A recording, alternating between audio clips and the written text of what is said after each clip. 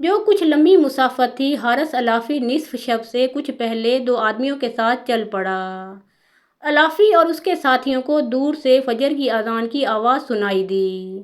انہوں نے گھوڑوں کو ایڑ لگا دی تاکہ نماز تک پہنچ جائیں گے۔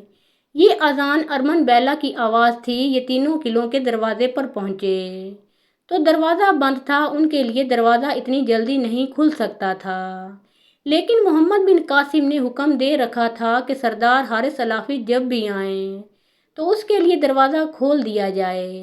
لہٰذا ان کے لیے دروازہ کھول دیا گیا اور وہ عین اس وقت پہنچے جب جماعت کھڑی ہو رہی تھی۔ انہوں نے پچھلی صف میں کھڑے ہو کر نماز پڑھی۔ نماز کے بعد حارث الافی نمازیوں کے ہجوم کو چیرتا ہوا محمد بن قاسم تک پہنچا۔